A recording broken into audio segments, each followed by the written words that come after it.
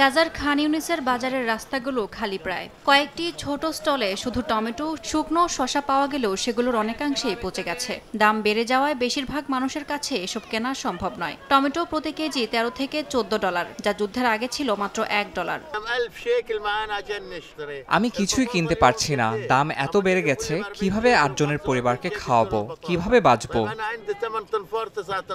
Israeli অবরোধে গাজায় চাষাবাদ ধ্বংসের মুখে। এক সময়ের পবিত্র শুক্রবারের ভোজ এখন কেবল মটরশুঁটি আর ভাত। শিশুদের মুখে নেই মাংস, নেই ফলের স্বাদ। সপ্তাহে একবার তারা মাংস বা মুরগির খাবার খেতে পারতেন, কিন্তু এখন সংরক্ষণজাত সবজি, চাল এবং ডালই প্রধান খাবার। গাজার বাজারে মাংস, দুধ, পনির এবং ফলাদি সবই নিখোঁজ হয়ে গেছে। শুক্রবার আমাদের পরিবারের বিশেষ দিন ছিল, কিন্তু এখন শুধু মটরশুঁটি আর ভাত খাচ্ছি। এটাই এখন আমাদের একমাত্র খাবার।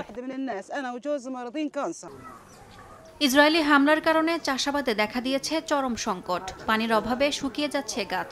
কীটনাশক না থাকায় পোকামাকড়ে নষ্ট হচ্ছে ফসল। প্রতিদিনের উৎপাদন কমে এসেছে কয়েক গুণ। খরচ তুলতে পারছেন না কৃষকরা। উপড়ে ফেলা হয়েছে বহু কৃষিজমি, গ্রিনহাউস পরিণত হয়েছে ধ্বংসস্তূপে। কৃষকরা বলছেন আর কিছুদিন পর গাজায় টমেটোর চারা তো দূরের কথা, কোনো সবজি খুঁজে পাওয়া যাবে না। এই ফলন আমাদের পর্যাপ্ত খাদ্য সরবরাহ করতে পারবে না। 1 মাস পর এখানে টমেটো পাওয়া যাবে না। আমরা দিন দিন ক্ষতির সম্মুখীন হচ্ছি। গাজায় অবরোধ শুধু রাজনৈতিক কৌশল নয়, একটি মানবিক বিপর্যয়। পরিবারগুলো দুর্বিষহ জীবনযাপন করছে এবং শিশুদের ভবিষ্যৎ হুমকির মুখে। ইয়াসমিন অনন্যা, সময় সংবাদ।